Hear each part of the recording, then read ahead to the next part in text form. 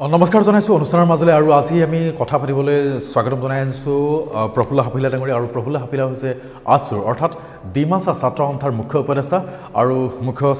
উপদেষ্টা প্ৰফুল্ল হাপিলা ডাঙৰীয়া স্বাগতম জনাইছোঁ আমাৰ এই অনুষ্ঠানৰ মাজলৈ নমস্কাৰ ধন্যবাদ হয় আৰু প্ৰথমতে মই আপোনাক এটা কথা সুধিব বিচাৰিছোঁ আৰু সেয়া হৈছে যে দীৰ্ঘদিন ধৰি আচলতে ডিমাছাসকলক যেন অসম চৰকাৰে উপেক্ষা কৰি আহিছে বা অসমৰ বিভিন্ন লোকে উপেক্ষা কৰি আহিছে ৰাজনৈতিক দলৰ সকলৰ উপেক্ষাৰ বলি এই ধৰণৰ অভিযোগ আপোনালোকৰ পৰা প্ৰায় শুনিবলৈ পোৱা যায় আৰু প্ৰথমতে তেতিয়াহ'লে আপুনি এই প্ৰশ্নটোৰ উত্তৰ দি লওক যে ডিমাছাসকল স্বাধীনতাৰ পৰৱৰ্তী সময়ৰ পৰা উপেক্ষিত নেকি আচলতে কি ক'ব এই প্ৰসংগত আপোনাৰ মন্তব্য কি আৰু এই উপেক্ষাৰ কাৰণ সম্পৰ্কে আমি বাৰু পৰৱৰ্তী সময়ত জানিবলৈ চেষ্টা কৰিম কিন্তু প্ৰথমতে আপোনাক সুধিব বিচাৰিছোঁ যে উপেক্ষা আৰু উপেক্ষিত ডিমাছাসকলে দীৰ্ঘদিন ধৰি আচলতে ভাবি আহিছে নেকি আৰু আচলতে কি ক'ব এই প্ৰসংগত আৰু আমি অসমীয়া চেনেলক ধন্যবাদ জনাইছোঁ এই চেনেলে আমাক মনৰ কথা শ্বেয়াৰিং কৰিবলৈ সুবিধা দিয়াৰ কাৰণে আপুনি কোৱা কথাটো সঁচা কথা যে আমি যদি ইতিহাস বা বুৰঞ্জীৰ কথা অলপমান যদি পিছত যাওঁ আমি চাওঁ তেতিয়াহ'লে অসমত সেই সময়ৰ অসমত বহু ৰাজ্য আছিলে কিন্তু শেষত ব্ৰিটিছ অহাৰ সময়ত যদি বৰ অসমত ৰাজত্ব কৰা এটা ৰাজ্য যদি হয় তেতিয়াহ'লে আহোমৰ আছিলে আহোমলেণ্ড তাৰপিছত এইফালে কমতাপুৰ আৰু এইফালে ডিমা ৰাজ্য আছিলে এতিয়া ব্ৰিটিছ অহাৰ পিছত এই তিনিটা ৰাজ্য ডিমা ৰাজ্য আহোম ৰাজ্য আৰু কমতাপুৰ ব্ৰিটিছৰ আণ্ডাৰত গুচি গ'ল ব্ৰিটিছৰ আণ্ডাৰত যোৱাৰ পিছত ব্ৰিটিছক এই ভাৰতবৰ্ষৰ পৰাই মানে ব্ৰিটিছ কুইক ইণ্ডিয়া মুভমেণ্ট এটা হৈছিলে আৰু সেই মুভমেণ্টত অসমৰ লগতে আমাৰ ডিমা ৰাজ্যৰ যিসকল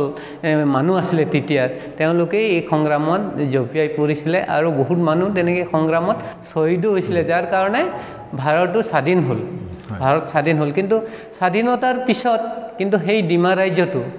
বা আহোম ৰাজ্য বা কমতাপুৰ ৰাজ্য কিন্তু কমতাপুৰ হৈ নাথাকিল বা আহোম ৰাজ্য হৈ নাথাকিল ডিমাছা সকলো ৰাজ্য ডিমাছা হৈ নাথাকিল গোটেইটো অসম হৈ গ'ল এটা অসম হৈ গ'ল আৰু এটা গণতন্ত্ৰ প্ৰতিষ্ঠা হ'ল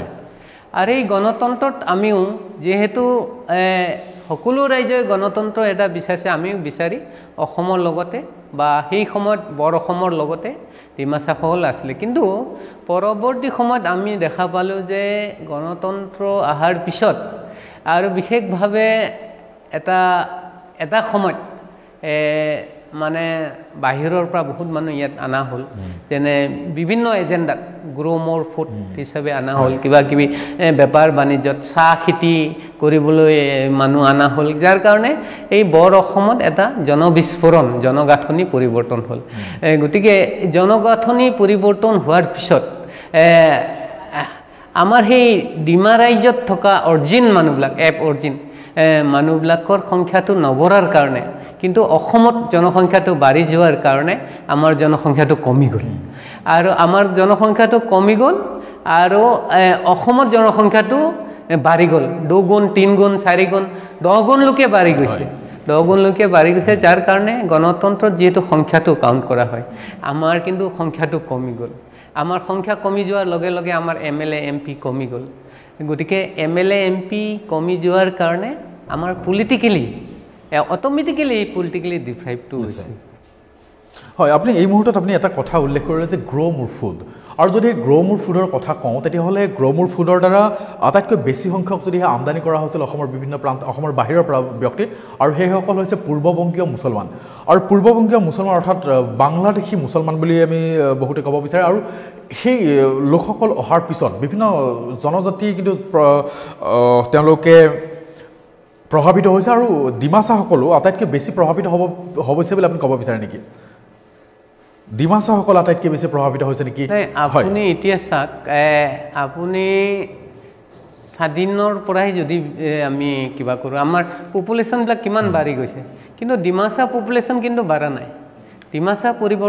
ডিমাছাৰ পপুলেশ্যন কিন্তু তেনেকেই আছে কাৰণ এতিয়া কাছাৰ বুলি ক'লে খাছপুৰটো আমাৰ লাষ্ট ৰাজধানী যিটো এতিয়া হিষ্টৰিকেল মনুমেণ্টছ এতিয়াও আছে তাতে বাৰদুৱাৰ আছে বহুত তেনেকৈ মনুমেণ্টছ আছে যি সাজপুৰত আমাৰ ডিমা ৰাজ্যই লাষ্ট ৰজা তাতে ৰাজত্ব কৰিছিলে এই কাছাৰত এতিয়া যদি জনসংখ্যা ফালৰ পৰা ডিমাচাক চাওঁ তেতিয়া সেইটো মাইনৰিটি নহয় মাইক্ৰস্কোপিক মাইনৰিটি পৰিণত হৈছে এতিয়া কাছাৰৰ 15টা সমষ্টি আছে 15টা সমষ্টিত ডিমাচা মানুহ আছে কিন্তু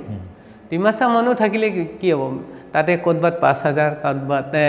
6,000 7,000 তেনেকৈ কম বহুত কম হ'ল আৰু বেলেগ সংখ্যাবিলাক যিবিলাক বাহিৰৰ পৰা আহিছে বিভিন্ন এজেণ্ডাত লৈ আনিছে তেওঁলোকতো লাখ লাখৰ পাৰ কৰিছে গতিকে পলিটিকেলি আমি মানে আপুনি ব্ৰহ্মপুত্ৰ উপত্যকা আৰু বৰাক উপত্যকা দুই ঠাইতে আচলতে ডিমাচাসকল ডিপ্ৰাইভ নেকি তেওঁলোকে উপেক্ষিত হৈ আছে নেকি ব্ৰহ্মপুত্ৰ বৰাক দুইটা উপত্যকাতে হয় নিশ্চয়কৈ হৈ আছে এতিয়া চাব এতিয়া হোজাইটো মই ইফালে আহিছোঁ হোজাইটো আমাৰ আমাৰ শেষত দুজন ৰজা আছিলে এটা গোবিন্দ চন্দ্ৰ হাচনু আৰু এই হোজাই গোলাঘাট আৰু কাৰ্বি আংলং আকৌ কিছু পাৰ্ট ডিমা হাছাওৰ কিছু পাৰ্ট লৈ পেলাই তুলাৰামে শাসন কৰিছিলে তুলাৰামে ব্ৰিটিছৰ লগত এগ্ৰিমেণ্ট হোৱাৰ পিছতে তুলাৰামৰ ৰাজ্যটো ব্ৰিটিছৰ তলত গৈছিলে এইটো খুব সম্ভৱ 1835 আৰু তুলাৰাম মানে মৃত্যু হৈছিলে 1850 পিছতে সেই তুলাৰাম কাণ্ট্ৰিটো ব্ৰিটিছে কিন্তু কমপ্লিট কেপচাৰ কৰিছিলে তো এতিয়া হোজাইটো আপুনি চাব হোজাইটো আমাৰ এনেকেই মানে জনবিস্ফোৰণ হৈছে জনসাঁথনি পৰিৱৰ্তন হৈছে কিন্তু আমাৰ মানুহবিলাক এতিয়া একদম সংখ্যাত খুব কম হৈছে আৰু যিসকল এতিয়া শাসন কৰিছে হোজাইত কিন্তু তেওঁলোক বাহিৰৰ পৰা অহা মই সেইটো 71 পিছত এইটো মই নকওঁ কিন্তু তেওঁলোক বাহিৰৰ পৰা অহাসকল যিহেতু পপুলেশ্যন মানে সংখ্যাটো বাঢ়ি গৈছে ভোটৰ সংখ্যাও বাঢ়ি গৈছে তেওঁলোক ইয়াতে MLA হৈছে মন্ত্ৰী হৈছে আৰু যিহেতু তেওঁলোকো মই বেয়া নকওঁ অখিলঞ্জীয়া মানুহ যিহেতু তাত শাসন কৰিছে গতিকে সেই হিষ্টৰিকেল মনুমেণ্টছবিলাক বুৰঞ্জীৰ কীৰ্তিচিহ্নবিলাকৰ ওপৰত তেওঁলোকৰ কোনো ইণ্টাৰেষ্ট নাই বৰঞ্চ তেওঁলোক এই বুৰঞ্জীৰ কীৰ্তিচিহ্নবিলাক থাকিলে ভৱিষ্যতে তেওঁলোকৰ বিপদ হ'ব এই কথাকে তেওঁলোক চিন্তা কৰিছে গতিকে হোজাই ডিষ্ট্ৰিক্টতো হোজাই বা মানে কাৰ্বি আংলং বা গোলাঘাটতো বহুত হিষ্টৰিকেল মনুমেণ্টছ আছে এইবিলাক বহুত নেগলেক্টেড কোনো প্ৰটেকশ্যন নাই এতিয়া যি ডিমাচাৰ যি কীৰ্তিচিহ্ন ক'তোৱে কি আচলতে এতিয়া চেৰি কৰা হোৱা নাই নেকি সংৰক্ষণ কৰাৰ ব্যৱস্থা কৰা হোৱা নাই নেকি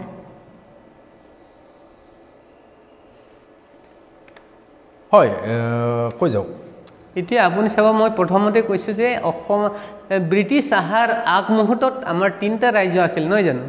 আহোম কমতাপুৰ আৰু ডিমা ৰাজ্য এতিয়া আপুনি যদি চাই আহোম যিবিলাক কীৰ্তিচিহ্ন আহোম যুগৰ যিবিলাক কীৰ্তিচিহ্ন এওঁলোকক ভালকৈ সংৰক্ষণ কৰিছে নহয় নেকি কমতাপুৰৰো কৰিছে নৰনাৰায়ণ কক চিলাৰায় কক তেওঁলোকৰ প্ৰতিমূৰ্তি কৰিছে কিন্তু তুলাৰাম বা গোবিন্দ চন্দ্ৰ হাচনু সেই এলেকাটো কমপ্লিটলি নেগলেক্টেড আছে আৰু তাতেই মানে অখিলঞ্জীয়া মানুহ তাতে ভৰি পৰিছে এতিয়া একচেপ্ট কাৰ্বি আংলং আৰু ডিমা হাছাও বাদে বাকী কাছাৰ কৰিমগঞ্জ হাইলাকান্দি কক ইফালে হোজাই বা নগাঁও কক গোটেইটো অখিলঞ্জীয়া মানুহ ভৰি পৰিছে আৰু তাৰ কীৰ্তিচিহ্নবিলাক কিন্তু যেনেকৈ প্ৰটেকশ্যন পাব লাগিছে যেনেকৈ আহোম কীৰ্তিচিহ্নবিলাক প্ৰটেকশ্যন হৈছে এইবিলাক হোৱা নাই আমি চৰকাৰকো এই কথাটো কৈছে আমাক কিয় ইমান নেগলেক্টেড কৰিছে সাজপুৰটো ইমানেই নেগলেক্টেড আছিলে আমি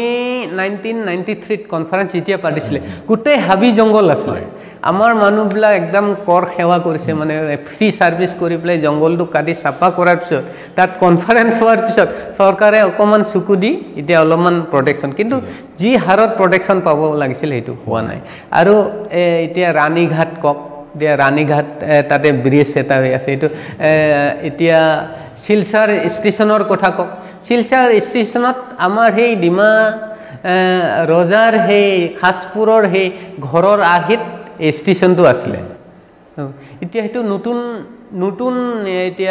নতুন ৰেলৱে ষ্টেচন বনালে এইটোও ভাঙি দিলে বা সেইটো ৰাণীঘাটটো এতিয়া নামটো সলাব কোনোবা কি তেনেকুৱা হৈছে গতিকে সেই কীৰ্তিচিহ্নবিলাক শেষ হ'ব মানে নামবিলাকো লাহে লাহে শেষ কৰি আছে কিন্তু আমি প্ৰটেকশ্যন দি আছোঁ আমি বিভিন্ন সময়ত আমি এপিল কৰি আছোঁ কমপ্লেইন কৰি আছোঁ তথাপিতো লাহে লাহে এইবিলাক মানে এইটো ইণ্টেনশ্যনেলি এইটো হৈ আছে এইটো কিন্তু অকল ডিমাছাৰ কাৰণে নহয় অসমৰ খিলঞ্জীয়া মানুহৰ কাৰণে এটা মানে বেয়া বস্তু হয় এটা কথা চাওক যেতিয়া আমাৰ অধিকাৰৰ কথা আমি যেতিয়া কওঁ হাবিলা টেঙৰীয়া প্ৰতিটো অধিকাৰৰ সময়তে আমি আচলতে যুদ্ধ কৰিবলগীয়া হয় আন্দোলন কৰিবলগীয়া হয় এতিয়া নিৰ্বাচন আহি আছে তাৰ পিছতো দেখা গৈছে যে আন্দোলন আমাৰ অব্যাহত হৈ থাকিবলগীয়া হৈছে আৰু 2021 আচলতে নিৰ্বাচন আহি আছে নিৰ্বাচন সমাগত এই বছৰটো প্ৰায় শেষ হ'লে এতিয়া চৰকাৰৰ সৈতে কিবা আলোচনা কৰিছে নেকি যে ডিমাছাসকলৰ যি অধিকাৰ আছে তেওঁলোকৰ অধিকাৰৰ বাবে ন্যায্যতাৰ বাবে আপোনালোকৰ ফালৰ পৰা কিবা কোৱা হৈছে নেকি নিৰ্বাচন আহি আছে কিন্তু আৰু নিৰ্বাচনৰ পূৰ্বে বিভিন্ন দলে হয়তো আপোনালোকক ক'ব যে আপোনালোকে অমুক দিম তমুক দিম তেনেকুৱা ধৰণৰ কথা ক'ব কিন্তু বিভিন্ন সময়ত ইলেকশ্যন আহোঁতে আমি চৰকাৰ পক্ষৰ লগত বিভিন্ন সময়ত আমি আলোচনা কৰি মানে আমাৰ সমস্যাবিলাক আৰু সমাধানৰ কাৰণে আমি চৰকাৰক এপিল কৰি আহিছোঁ আৰু চৰকাৰে সেই সময়ত ইলেকশ্যনৰ আগত তেওঁলোক কমিটমেণ্টো কৰিছিলে যে এইটো কৰিম সেইটো কৰিম কিন্তু আজিলৈকে কোনো চৰকাৰে সেই কমিটমেণ্টবিলাক ফুলফিল কৰা নাই আমাৰ ডিমাণ্ডবিলাক ইমান মানে কঠিন নহয় মানে এইবিলাক মানে ইমান ডাঙৰ ডিমাণ্ড নহয় চৰকাৰে ইচ্ছা কৰিলে সেইটো এক বছৰতে সমাধান কৰিব পৰা যায় কিন্তু সেই ডিমাণ্ডবিলাকো আজি সমাধান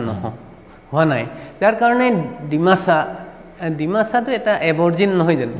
ডিমাছা জাতি হেৰাই যোৱা মানে ডিমাছা জাতি কিবা এটা হৈ যোৱা মানে অসমৰ খিলঞ্জীয়া মানুহৰে লছ হ'ব নহয় জানো গতিকে এইটো কোনো ধৰণৰ প্ৰটেকশ্যন নিদিয়াৰ কাৰণে মানে আমি দিনক দিনে মানে মাইনৰিটি ফালে গৈ আছোঁ মানে আমি কম হৈ আপোনাক মই এটা উদাহৰণ দিম মই নিজেই মানে 1985 ইলেকশ্যনটো আমি দেখিছোঁ 1985 ইলেকশ্যনত আমি প্ৰায় 11 বছৰমান আছিলে তেতিয়া আমি দেখিছোঁ যে তেতিয়া অলপ আমি জানিছোঁ তেতিয়া হোজাই সমষ্টিত ভোটাৰ কিমান আছিলে হোজাই সমষ্টিত 97,000 কিমান আছিলে হোজাই সমষ্টিত দেই মই কৈছোঁ আৰু তাত ডিমাছা ভোটাৰ আছিলে 4-10,000 আৰু হোজাই সমষ্টিৰ পৰা সেই সময়ত UMF জিকিছিলে মই মনত আছে 23,000 নে 25,000 ভোট পাইছিলে আৰু ছেকেণ্ড 19,000 পাইছিলে আৰু AGP তেতিয়া সৰস্বতী সিংহাই 12,000 পাইছিলে মানে সেই সময়ত 85ত জিকিছিল মাত্ৰ 23,000 ভোটত বাই জিকিছিল তো আজি 2016ত হোজাইত জিকিবলৈ লাখ ক্ৰছ কৰিবলগীয়া হৈছে এতিয়া হোজাইৰ ভোটাৰ কিমান জানে হোজাইত প্ৰায় 2.5 লাখ ভোটাৰ হৈছে এতিয়া 85ৰ পৰা আজি 34 বছৰ বা 35 বছৰ পিছত মানে প্ৰায় 1.5 গুণ পপুলেশ্যন বাঢ়িছে কিন্তু আমাৰ 4-10,000 এতিয়াও গৈ 12,000তে আছে এতিয়া ডিমাছাটো বাঢ়া নাই কিন্তু এই অখিলঞ্জীয়া মানুহৰ ভোট এই বৃদ্ধিৰ স্পীডটো ইমানেই বেছি তেতিয়াহ'লে আমি তেতিয়া 1985ত আমিও ধৰক 10,000 ভোট যদি এটা ডিমাছাই দিয়ে বা আৰু কিছুমান যুগ হ'লে তাত MLA হোৱাৰ এটা চান্সটো আছিলে নহয় জানো কিন্তু এতিয়া এই চান্সটো নাই এতিয়া জিকিবলৈ 1 লাখ লাগে কিন্তু আমাৰ 12,000 ভোট কেনেকৈ আমি জিকিব মানে দিনক দিনে আমাৰ খিলঞ্জীয়া মানুহৰ এই সংকটটো মানে যিটো মানে কি কয় সেইটো এই মানে ভয়াৱহৰ যিটো গতি এইটো বেছি ফালে গৈ আছে অকল হোজাইত নহয় বৰাক ভেলীতো তেনেকৈ বৰাক ভেলীত উদাৰবনে কওক আমাৰ দলাই কওক বা এইফালে মানে বহুত এনেকুৱা সমষ্টি আছে যিটো সমষ্টি এটা সময়ত ডিমাছাবিলাক ফেক্টৰ আছিলে কিন্তু ডিমাছা ভোটটো যিহেতু বৃদ্ধি পোৱা নাই এতিয়া অনা খিলঞ্জীয়া মানুহৰ ভোটবিলাক ইমান স্পীডত বৃদ্ধি হৈছে গতিকে আমি মানে তাত ফেক্টৰে নোহোৱা হৈ গ'ল হয় আপুনি 85 চনৰ কথা ইতিমধ্যে উল্লেখ কৰিলে কিন্তু 85 চনৰ কথা যদি উল্লেখ কৰে তেতিয়াহ'লে আঞ্চলিকতাবাদৰ কথাটো আমি ক'বই লাগিব তেতিয়া অসম গণ পৰিষদৰ উত্থান হৈছিল সেই সময়ত আৰু বৰ্তমানৰ পৰিস্থিতিলৈ চাই এনেকুৱা লাগে নেকি যে অসম গণ পৰিষদ বা আঞ্চলিকতাবাদ ক'ৰবাত অপ্ৰাসংগিক হৈ পৰিছে এনেকুৱা আপোনাৰ লাগে নেকি কেতিয়াবা বৰ্তমান কি ক'ব আপুনি আঞ্চলিকতাবাদে বহু সময়ত যি ধৰণে মানুহৰ ইচ্ছা অনিচ্ছা আছিল সেয়া প্ৰতিফলন ঘটাব পাৰিলেনে 85 চনত চৰকাৰ আহিল তাৰ পৰৱৰ্তী সময়তো চৰকাৰ আহিল নাই অসম গণ পৰিষদক এটা সুবিধা অসমৰ ৰাইজই দিছিলে খিলঞ্জীয়া মানুহে দিছিলে অসমৰ যদি একদম খিলঞ্জীয়া ভোটত যদি এটা চৰকাৰ কৰিছিলে এইটো 1985 কমপ্লিট খিলঞ্জীয়া মানুহৰ ভোট কিন্তু সেই সুবিধাটো অসম গণ পৰিষদে ল'ব নোৱাৰাটোৱে এই সুবিধাটো এতিয়া আপুনি চাওক 85ত যেতিয়া প্ৰফুল্ল মহন্তৰ নেতৃত্বত চৰকাৰ হৈছিলে তেতিয়া চবে আশা কৰিছিলে যে অসমৰ খিলঞ্জীয়া মানুহৰ কাৰণে কিবা এটা হ'ব কিন্তু এই আশাটো প্ৰফুল্ল মহন্তই কৰিব নোৱাৰিলে আৰু যাৰ কাৰণে ক'ব গ'লে এইটো চাপ মানে এইটো কি ক'ব উপ আঞ্চলিক বাদবিলাক সৃষ্টি হ'ল নে কাৰ্বি আংলং ডিমা হাছাওত জলক অট'নমাছ ষ্টেট ডিমাণ্ড কমিটি হ'ল বড়োলেণ্ডত বেলেগ হ'ল মিচিঙত তেনেকৈ হ'ল এতিয়া অসমত কিন্তু এজ এ হোল অসমত কিন্তু আঞ্চলিক বহুত হৈ গ'ল মানে এইটো কি ক'ব এইটো উপ আঞ্চলিক ক'ব পাৰিব উপ আঞ্চলিকবিলাক হৈ গ'ল গতিকে এটা আঞ্চলিক অসম বেছত কৰিলে সেই উপ আঞ্চলিকবিলাকৰ তাত এই ইছ্যুটো নিমিলা হৈ গ'ল এতিয়া ধৰক AGP মই কৈছোঁ AGPৰ যিটো চিন্তাধাৰা কিন্তু কাৰ্বি আংলং বা ডিমা হাছাওৰ সেই উপ আঞ্চলিক চিন্তাধাৰাৰ লগত অকণমান ইছ্যুত ডিফাৰেঞ্চ আহি গ'ল বড়োলেণ্ডত ডিফাৰেঞ্চ আহি গ'ল গতিকে এটা আঞ্চলিকটো মই প্ৰাসংগিকতা নাই বুলি নকওঁ আঞ্চলিকটো সদায় প্ৰাসংগিকতা আছে কিন্তু সেই আঞ্চলিক যিটো আঞ্চলিক যিটো দল সেইটো যিবিলাক নেতৃত্ব দিব তেওঁলোক কিন্তু এতিয়া বহুত ছেক্ৰিফাইচ কৰিব মই সেইদিনাও কৈছোঁ এইটো বহুত ছেক্ৰিফাইচ কৰিব যিটো AGPয়ে যিটো বিশ্বাসটো নাইকিয়া কৰি থৈ গৈছে এই বিশ্বাসটো আনিবলৈ আকৌ বহুত কষ্ট কৰিব লাগিব এতিয়া কাৰ সময়ত দেখা গ'ল যে নাগৰিকত্ব সংশোধনী আইনৰ পৰৱৰ্তী সময়ত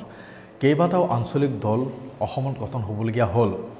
আৰু এই ৰাজনৈতিক দলসমূহে যে নতুনকৈ উত্থান ঘটিবলগীয়া হ'ল তাৰ ভিতৰত এই দলবোৰে আপুনি ডিমাছাৰ প্ৰসংগতে যিহেতু আমি কৈ আছিলোঁ তেতিয়াহ'লে মই ডিমাছাৰ প্ৰসংগতে আহিছিলোঁ তেওঁলোকে ডিমাছাৰ যি আৱেগ অনুভূতি আছে সেই আৱেগিক অনুভূতি তেওঁলোকে বুজিবলৈ সক্ষম হ'বনে তেওঁলোকে ডিমাছাৰ যি ধৰণে যিবোৰ চিনাকিৰ কথা আছে এইবোৰ কথা তেওঁলোকে পূৰণ কৰিব পাৰিবনে আপোনালোকৰ আশা আকাংক্ষা এইবোৰ পূৰণ কৰিব পাৰিবনে নতুন যিসমূহ আঞ্চলিক দল আছে সেইবোৰে সম্ভাৱনা আছে জানো নহয় এতিয়া চাওক আপুনি ডিমাছা মানুহ আমি অসমক বহুত ভাল পাওঁ আপোনালোকে এইটো মিডিয়াত নাহে কিন্তু অসমৰ মাটিৰ কাৰণে অসমৰ ভূমিৰ কাৰণে বা নিজৰ ভূমিৰ কাৰণে ডিমাছা মানুহে প্ৰত্যেক বছৰে কোনোবা নহয় কোনোবা প্ৰাণ ত্যাগ কৰি আহিছে ছেক্ৰিফাইচ কৰি আহিছে আপোনালোকে খবৰত নাহিব পাৰে ডিমাছা মানুহ অসমক বহুত ভাল পাওঁ আৰু মাটিকো ডিমাছা মানুহ ভাল পায় আৰু অসমৰ স্বাৰ্থত যিবিলাক আন্দোলন হৈছে এই 6 বছৰীয়া বিদেশী আন্দোলনে কওক পৰৱৰ্তী সময়ত যি আন্দোলনে নকওক ডিমাছা মানুহ তাত পূৰ্ণভাৱে সহযোগ দিছে আৰু পৰৱৰ্তী সময়ত যিবিলাক শক্তি হৈছে এই শক্তিবিলাকৰ লগতো ডিমাছা নোহোৱা নহয় আছে কিন্তু ডিমাছা ডিমাছা মই ক'ব বিচাৰোঁ যে ডিমাছা মানুহ অলপ চিধা চিধি হয় মানে এটা লাইনতে থাকে কিন্তু এই লাইনটো যোনে গঢ়ি ধৰিছে তেওঁলোকে মানে ঠিক গঢ়ি ধৰিব নোৱাৰাৰ কাৰণে বা তেওঁলোকৰ ডবল ষ্টেণ্ডাৰ্ড ৰোল হোৱাৰ কাৰণে কিন্তু ডিমাছা মানুহৰ ভিতৰতো এতিয়া আঞ্চলিক এই শক্তিৰ ওপৰত মানে বিশ্বাসটো লাহে লাহে হেৰাব ধৰিছে আৰু এইটো বিশ্বাসটো আকৌ আনিবৰ কাৰণে মই কৈছোঁ যে যিসকল নেতৃত্ব ল'ব তেওঁলোক বহুত কষ্ট কৰিব লাগিব কষ্ট কৰি বিশ্বাসটো আনিব লাগিব এতিয়া কথাটো হৈছে যে বিশ্বাসৰ প্ৰশ্নটো আহিছে আৰু বিশ্বাসৰ প্ৰশ্নটো আজিৰ দিনৰ নহয় বিশ্বাসৰ প্ৰশ্ন বহু দীৰ্ঘদিনীয়া আচলতে অসমৰ পৰা বিভিন্ন জাতি জনগোষ্ঠী ইতিমধ্যে আঁতৰি যাবলগীয়া হ'ল আৰু আঁতৰি যোৱাৰ প্ৰক্ৰিয়াটো যেন আছে BTR প্ৰসংগত এই কথাকে ক'ব পাৰে যে ক'ৰবাত যেন বিশ্বাসৰ সমস্যাৰ সৃষ্টি হৈছে বিশ্বাসৰ মাজত গুণে ধৰিছে এই মাজত কেইটামান কথা ক'বলগীয়া থাকে যে বিশ্বাস আগৰ নেতাসকলে বহুত নেতাই ইতিমধ্যে তেওঁলোকে বৰ্তা ৰাখিব নোৱাৰিলে আজিৰ দিনতো হয়তো বিশ্বাস অবিশ্বাসৰ প্ৰশ্নটো যথেষ্ট ডাঙৰ ঘনীভূত হৈ এতিয়াও আছে এনেকুৱাত মই এটা কথা সুধিব বিচাৰিছোঁ আপোনাক যে এই যে বিশ্বাস ভংগৰ কথাবোৰ আছে সেইবোৰ আকৌ বিশ্বাস অবিশ্বাসৰ সেই মাজৰ ঘূণে ধৰা অৱস্থাটো অৱসান ঘটাই আকৌ বিশ্বাস ঘূৰাই আনিব নোৱাৰিনে সম্ভাৱনা নাইনে একেবাৰে সম্ভাৱনা হেৰাই গৈছেনে সেই যে বিশ্বাসবোৰৰ কথা আমি কৈ আহিছিলোঁ একেবাৰে আৰু কেতিয়াও এই জনগোষ্ঠীসমূহৰ মাজত উত্তৰ পূৰ্বাঞ্চলৰ বা বিশেষকৈ আমি বৰ নাই উপায়টো আছে উপায় নোহোৱা নহয় উপায় আছে কিন্তু এইটো আমি দুই ধৰণে ভাবিব লাগিব যে আমাৰ পৰা আঁতৰি যাবলৈ কিয় মানে ধৰিছে এইটো এটা হ'ল বিশ্বাসৰ কথাও আছে মানে তেওঁলোক চাইছে যে আমাক মানে যিবিলাক নেতৃত্ব দিছে তেওঁলোকৰ আমাৰ কাৰণে কোনো ভাবা নাই এই কথাও আছে বিশ্বাসৰ কথাও আৰু 2 নম্বৰত আছে মানে এই ফেচিলিটিৰ কথাও ধৰক মই এটা উদাহৰণ দিছোঁ ধৰক ডিমা হাছাও বা কাৰ্বি আংলং হিল ডিষ্ট্ৰিক্ট ডিমা হাছাও আৰু কাৰ্বি আংলং যদি প্লাছ কৰি দিওঁ জনসংখ্যাটো তো নাগালেণ্ডতকৈ কম নহয় নাগালেণ্ডৰ পপুলেশ্যন আৰু কাৰ্বি আংলং আৰু ডিমা হাছাও পপুলেশ্যন একদম সমান ক'ব পাৰে অকণমান কম বেছি হ'ব কিন্তু এতিয়া নাগালেণ্ডত এতিয়া এইটো মানে অপ্ৰিয় হ'লে হয়তো দেই নাগালেণ্ডত এতিয়া 60টা MLA চিট আছে কিন্তু ডিমা হাছাও আৰু কাৰ্বি আংলঙত 5টা নহয় জানো নাগালেণ্ডত 60টা আছে সেই একে পপুলেশ্যনত 60টা কিন্তু একে ৰাষ্ট্ৰত ভাৰতবৰ্ষতে নাগালেণ্ডো আছে ডিমা হাছাও আৰু কাৰ্বি আংলং নাগালেণ্ডো ভাৰতবৰ্ষতে আছে ডিমা হাছাও আৰু কাৰ্বি আংলঙো ভাৰতবৰ্ষতে আছে কিন্তু য'ত 5টা আৰু 60টা এতিয়া নাগালেণ্ডত বছৰত কিমান আহে টকা ধৰক 20,000 কোটি টকা কিন্তু ডিমা হাছাও আৰু কাৰ্বি আংলঙত কিমান টকা আহে বছৰে মেক্সিমাম 400 কোটি টকা 400 কোটি আৰু 2,000 কোটি কিমান ডিফাৰেন্স নহয় জানো এই ডিফাৰেন্সটো কিয় হ'ল গতিকে সেই কথাও মানুহবিলাক এতিয়া নাজানা নহয় জানি গৈছে গতিকে তেওঁলোকে ইমান পাইছে আমাক কিয় নিদিলে এই কথাও মনত জাগিছে গতিকে এইটো মানে অসমখন তেতিয়াহে চিকিউৰ হ'ব মোৰ মতে দেই চিকিউৰ হ'ব যে এইটো ঠাইভেদে তাৰ ইছ্যু চাই পেলাই তাৰ পৰিস্থিতি পৰিৱেশ চাই পেলাই তাত যদি এডজাষ্টমেণ্টটো নকৰে ধৰক ডিমা হাছাও কাৰ্বি আংলঙত যদি অসমৰ প্ৰপৰ্চনেট ৰেচিঅ'ৰ মতে যদি MLA চিটটো কৰে কিন্তু সেইটো হোৱাটো স্বাভাৱিক কথা কিন্তু এই ডিমা হাছাও আৰু কাৰ্বি আংলঙত এই ৰেচিঅ'টো যদি একজেক্ট নাগালেণ্ড নিচিনা নহ'লেও যদি তাতে MLA সংখ্যাটো অকণমান বঢ়াই দিয়ে নহয় জানো MP সংখ্যাটো বঢ়াই দিয়ে তেতিয়াহ'লে ডিমা হাছাও আৰু কাৰ্বি আংলঙটো অসম লগত থাকিব বিচাৰিব অন্যথা তেওঁলোক ছেপাৰেট বিচাৰিবই কাৰণ দেশ জানা আছে নাগালেণ্ডত কিমান ধৰক 10,000ত এটা MLA হয় ইয়াত 2 লাখত এটা MLA এতিয়া অৰুণাচলত 7,000ত এটা MLA পাই আছে আমাৰ ইয়াত 2 লাখতে কিন্তু পাহাৰটো একেই পাহাৰ গতিকে এই পাহাৰটোৰ জনসংখ্যা পাহাৰত যিহেতু কম এই কথাটো চিন্তা কৰি পেলাই যদি অসমৰ মানে পলিটিকেল লিডাৰসকলে এইটো এডজাষ্টমেণ্টটো কৰিলে তেতিয়া কি হ'ব তেতিয়া কিন্তু এই এটা সলিউশন আহিব আৰু তেতিয়া সলিউশন আহিব অন্যথা বহুত চেষ্টা কৰিলে বা বহুত কিবা কিবি পলিচি কৰিলে এটা সময়ত অস্থায়ীভাৱে শান্তি আহিব পাৰে কিন্তু পৰৱৰ্তী সময়ত আকৌ আন্দোলন হোৱাৰ এটা মই ভাবোঁ এইটো এডজাষ্টমেণ্টটো কৰিব লাগিব এতিয়া চাওক আমি যদি পাহাৰীয়া অঞ্চলৰ আপুনি ইতিমধ্যে কথা উল্লেখ কৰিলে এতিয়া আমাৰ যদি আমি চুবুৰীয়া ৰাষ্ট্ৰ আমাৰ ৱেষ্ট বেংগলৰ কথা কওঁ তাতে দাৰ্জিলিঙৰ কথা আমি উল্লেখ কৰিব পাৰোঁ এতিয়া দাৰ্জিলিং আৰু বোধ কৰোঁ কালিম্পং হয় অলপ ছেপাৰেট কৰা তেওঁলোকে এটা ব্যৱস্থাটো গ্ৰহণ কৰিছে আৰু দাৰ্জিলিঙৰ কথা আমি ইতিমধ্যে নিশ্চয়ভাৱে উল্লেখ কৰিব পাৰোঁ নহয় জানো আৰু এই যে দাৰ্জিলিং বা অন্যান্য যি পাহাৰীয়া অঞ্চলসমূহ আছে তাক লৈ আচলতে এটা ব্যৱস্থা এটা হয় দাৰ্জিলিং হয় বিশেষ ব্যৱস্থা এটা আমি কৰাটো উচিত নেকি ভাৰত চৰকাৰে এই সন্দৰ্ভত বিশেষ ব্যৱস্থা গ্ৰহণ কৰাটো উচিত বুলি আপুনি ভাবে নেকি যে পাহাৰীয়া অঞ্চলসমূহৰ যিসকল ব্যক্তি আছে যি জনগাঁথনি আছে তাক লৈ সমতল ভূমিৰ অঞ্চলৰ পৰিৱৰ্তে এটা বেলেগ ধৰণৰ সেইটোৱে মই তাকে কৈছে এডজাষ্টমেণ্ট এটা কৰিব লাগিব এতিয়া দাৰ্জিলিং পাৰ্টটো ৱেষ্ট বেংগলৰ মেইন হাৰ্টলেণ্ড লগত কিন্তু তাৰ আৱেগ অনুভূতিও নিমিলে তাৰ পপুলেশ্যন ৰেচিঅ'ও নিমিলে কিন্তু এটা ষ্টেট হিচাপে এওঁলোক সমান কৰি দিছে যাৰ কাৰণে বহু ক্ষেত্ৰত ডিফাইভ হৈছে গতিকে তাত আন্দোলন হোৱাটো স্বাভাৱিক তো আন্দোলন হ'ব তো আমাৰ তাতো তেনেকৈ হৈ আছে আমাৰ তাতো তেনেকৈ হৈছে গতিকে সেইটো এটা মানে যদি মানে ভাৰত চৰকাৰে বা অসম চৰকাৰে বিচাৰে তেতিয়া এডজাষ্টমেণ্ট কৰিব পাৰে সদিচ্ছা থাকিলে এতিয়া মই কৈছোঁ যে বৰাক ভেলীত যদি এতিয়া মানে ডিমাচা এই অৰিজিনটো যদি বচাব বিচাৰে বা ডিমাচাসকলক কিবা এটা সদিচ্ছা থাকে তেতিয়াহ'লে তাতে বহুত প্ৰটেকশ্যনৰ কাৰণে বহুত কৰিব পাৰে তাৰ ডিমাচা কাৰণে কোৱা নাই মই মানে তাৰ অৰিজিন মানুহৰ কাৰণে এটা ৰিজাৰ্ভেশ্যন কৰিব পাৰে বা লেণ্ড প্ৰটেকশ্যনৰ কাৰণে কিবা এটা কৰিব পাৰে বা গভৰ্ণমেণ্টৰ কিবা ডেভেলপমেণ্ট কাৰণে IDTP কৰিব পাৰে এইবিলাক বহুত কৰিব পৰা বস্তু আছে যিটো কৰিলে মানে খিলঞ্জীয়া মানুহ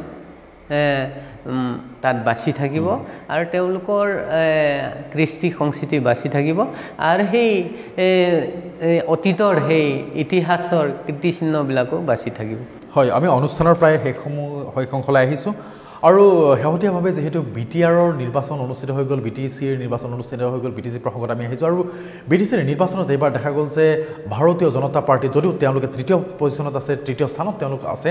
তথাপিতো কিন্তু ক'ব পাৰে যে ভাৰতীয় জনতা পাৰ্টিৰ এইবাৰ প্ৰৱেশ কৰিল BTR অঞ্চলত কি ক'ব এই প্ৰসংগত বৰভূমিত ইতিমধ্যে বিজেপি প্ৰৱেশ কৰিলে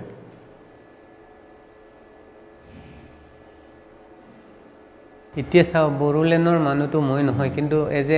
অসমৰ মানুহ হিচাপে আৰু মোৰ জ্ঞানো অলপ সীমিতই আছে তথাপি মই ভাবোঁ যে বড়োলেণ্ডত যি ইলেকশ্যন হৈছে সেই ইলেকশ্যনটো কিন্তু এটা খুব ক'ব গ'লে এটা অসমৰ কাৰণে এটা ইণ্টাৰেষ্টিং এটা কিবা হৈছে ধৰক BPF লগত BJP এলায়েন্স আছিলে এতিয়া BPFক এৰি পেলাই আকৌ UPPL আৰু UPPL লগত গভৰ্ণমেণ্ট হৈ আছে তাত কোন কি হ'ব সেইটো নাজানো কিন্তু এটা মই মানে হোল মোৰ হিচাপত এই ইলেকশ্যনে কিন্তু তাত থকা মই এইটো ক'ব নাপায় কিন্তু অবড়ো মানুহক বহুত লাভান্বিত কৰিছে বুলি মই ভাবোঁ আৰু সেই ইলেকশ্যনটো পৰৱৰ্তী সময়ত অসমত এফেক্ট কৰিব